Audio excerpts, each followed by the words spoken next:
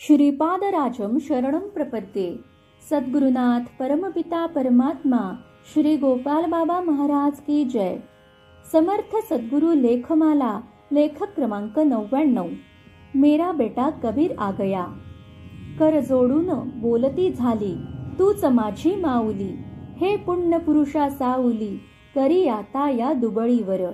माझा भ्रतार मरून गेला, आज 6वा महिना झाला। त्याने ऐसे कथिले मला, की तू जाय सेलुसी। तेथे अनंताचा वाली, जन्माला ही भूमंडळी। त्याच्या राहून आश्रयाखाली, दिवस आपुले कंठावे। 5 वर्षांच्या बाळ साईनाथांना कडेवर घेऊन त्यांची 50 वर्षांची आई पद्मजा सेलूमध्ये गुरु गोपाळराव केशवराज बाबासाहेब महाराज वेंकुशाह यांच्या दारात पोहोचली।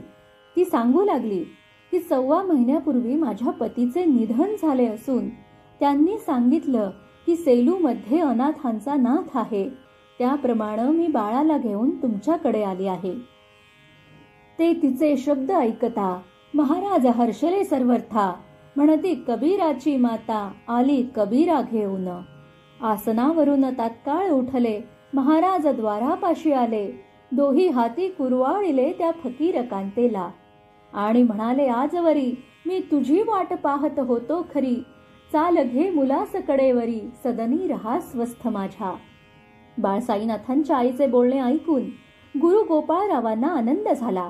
ते झटकन दाराकडे गेले आणि साईनाथांना तिच्याकडून घेऊन म्हणाले की कबीराची माता कबीराला घेऊन आली आहे, मी तुझी वाट पाहत होतो।